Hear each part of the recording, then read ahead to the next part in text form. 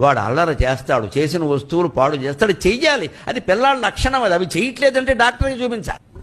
అల్లరి చేస్తున్నాడని చెప్పడం కాదు. మా వాడు అల్లరి చేయట్లేదండి, ఇల్లంతా శుభ్రంగా ఉందంటే వాడికి ఏదో వ్యాధి ఉందన్నమాట. పిల్లాడు పిల్లాడిలాగే ఉండాలి. ఈ మాత్రం హింట్ ఇస్తే చాలు చెల్లరగిపోతారు.